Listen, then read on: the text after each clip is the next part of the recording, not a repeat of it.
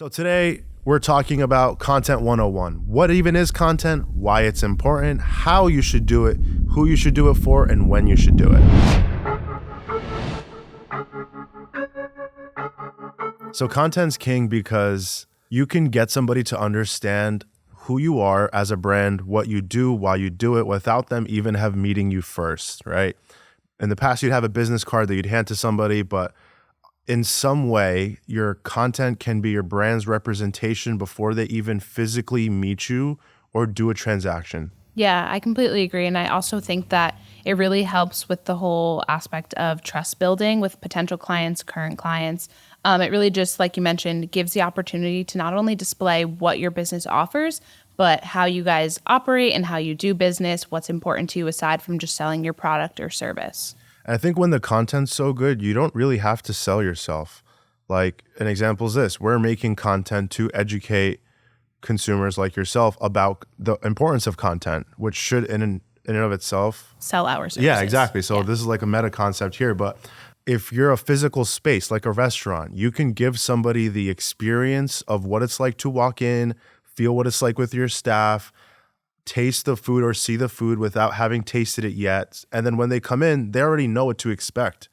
And hopefully the content can either serve you or, if it's not on point, it can expose you in some way. So content's a tool. And I think if it's done right, it can really do justice for your brand and separate you from your competition. Yeah, for sure. And especially with the way that we all use social media as more of a search engine now. I know personally, if I'm going to a restaurant or looking for a restaurant, I'm checking out what their penne vodka looks like before I even walk in the door. Let's dive deeper in terms of why you need content, right? So a statistic reads the average American consumes 7 hours and 4 minutes of screen time a day. So what I'm trying to say is you don't have to convince somebody to be on their phone. They're already there. Right? If you have like a 16-year-old or 20-year-old family member, you have to yell at them to stop going on their phone. Hey, not at the table, or put it away, be present with us. So the eyeballs are already there. You just have to make sure that in the 7 hours that they're seeing their screen, they're looking at you. Something related to your business. What can you do to stand out? And if you're not posting frequently, like some business owners that we talk to say, hey, I post every now and then, you're not even really in the conversation. So to post once a day on social, as in creating content for the brand and getting it out there for people to see is important, but the frequency is even more important. To do it once in a while, it's like going to the gym once a month. What's that going to do for anybody? Serving you at all. So the time is now to capture them. Like you said, it's only going to increase.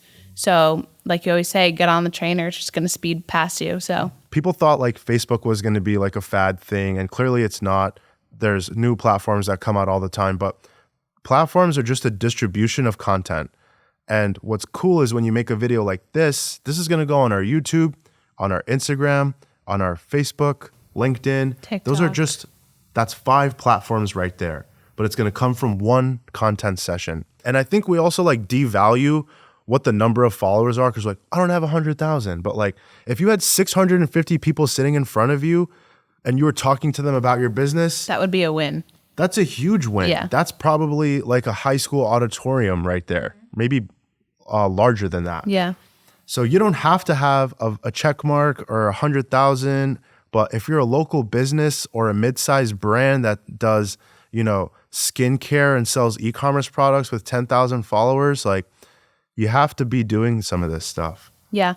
Something that I always like to point out to, honestly, anyone, anytime social media comes up at all, if they bring up that question of followers, how do I know if I have the right audience? Do I have enough people following me? Like you said, it doesn't really matter. Just start posting. If you see an Instagram with that many followers, we're all kind of trained to think, oh, it's not that many. But I really like to reframe that thinking, especially when I kind of teach this to new clients. The quality over the quantity is way more important. So people might say to me, can you get us to X amount of followers in X amount of time? And I usually just flat out tell them no, because it's not guaranteed. And I would prefer that your account has 100 followers and every single post is getting 100 likes versus 10,000 followers and every post is getting minimal interactions, maybe 5 to 10 likes here and there if it's not a truly engaged audience. Content's a microphone to get people's attention to take action or to learn something about you. So if they went to, I don't know, Calandra's or Tommy's Tavern or whatever, right? And they had a nice dinner and they posted a video about their food and, said something nice. And you know this from your experience, because I've even done this to you, but like, hey, where is that place? Did you have fun? Like, how was the food? And then you speak highly of it. And then that person's likely to go there or consider it for the next time when they're hungry and they're like, where should I go? So you can provide that great experience, that delicious food, that amazing service, amazing massage, facial, insert here. But what you can control in the situation is what you're putting out on your own brand's pages. So it's always great for customer feedback. We love that. So customer feedback is kind of just like a bonus. So especially with the way that we all have grown up with social media and younger generations continue to do so, that will just naturally happen if your business is providing a great product or service. But being able to control what you put out there is just even better, because you know that this is how I want my brand to be portrayed, et cetera. And then it's always... I think so. What you're saying is you can't rely on the customers to tell the story about you. Yeah. It's nice if they support you and create supplementary content for your brand. But if you're not telling your own story, people are going to tell a story themselves. Right. So you might as well take control and write the story yourself and then let them support the story that you're saying. Next, I want to talk about how, because, okay, you clearly know what it is, you understand why it's important, and sometimes things are intimidating. And you're like, how do I even start this scary journey of not being a teenager and knowing how to create TikTok videos, right? That's like the thing you tell yourself. How do I create content? Well, I think it's really simple. Instead of waiting to do a session like this and I'm staring at 2 lights and 3 cameras, a creative director and a director of photography, like that is important and you'll get there. But just like fitness is an understandable analogy, just get to the gym or walk outside. It can be super simple. You do baby steps first. And I think instead of being intimidated by not having a marketing strategy and all the tools we just mentioned, the simplest way is to document. So you're already probably doing things in your business or for your brand. And one of the best ways to do is just showcase what you're doing. We all have this thing, an iPhone, right? So all you do is you take out your phone, you flip the camera, and then you point it at you and you hit record. And you say, hey, today I'm creating content with Vanessa. And it's that simple. You just take your phone out and you show what you're doing. A lot of times you'd be surprised, and this is coming from a media marketing company, that we're encouraging you to stick to organic content. Organic content's so much more relatable. People who consume content, consumers, know when something's an ad where it's flashy like this or when it's just real. And when your friends are excited about a package they got in the mail and they take out their phone and they're creating a video like, look what I got, right? And they're just showing you what's in the package. Like, that's real. They aren't paid to do that, and they're just sharing their feedback. So it's a lot more relatable. They don't feel like they're being sold something, which can turn people off. So what I'm trying to say here is, if you're scared to start or intimidated, just start creating something. It's not going to be perfect. This is our first attempt to really prioritizing our own brand, because we focus so much on our clients and we neglect ourselves like most people do. So we're trying to talk the talk, and this is not going to be perfect regardless of how good our team is or how prepared we are. And that's okay.